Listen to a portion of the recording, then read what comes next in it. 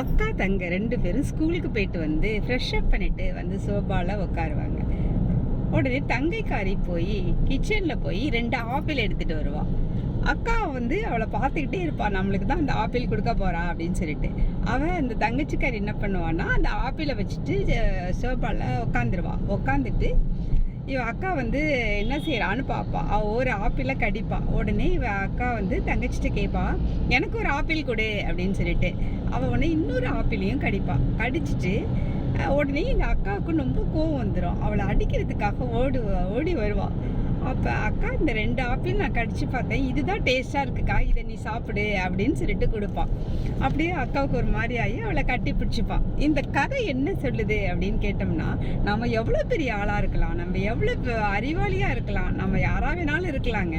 ஆனால் ஒருத்தரை பற்றி கணிக்கிறதுக்கு முன்னாடி கொஞ்சம் நிதானம் பண்ணி என்ன நடக்குது அப்படின்னு பார்த்துட்டு கணிக்கலாம் அப்படிங்கிறதாக இந்த கதை சொல்லுது. நன்றி, வணக்கம்.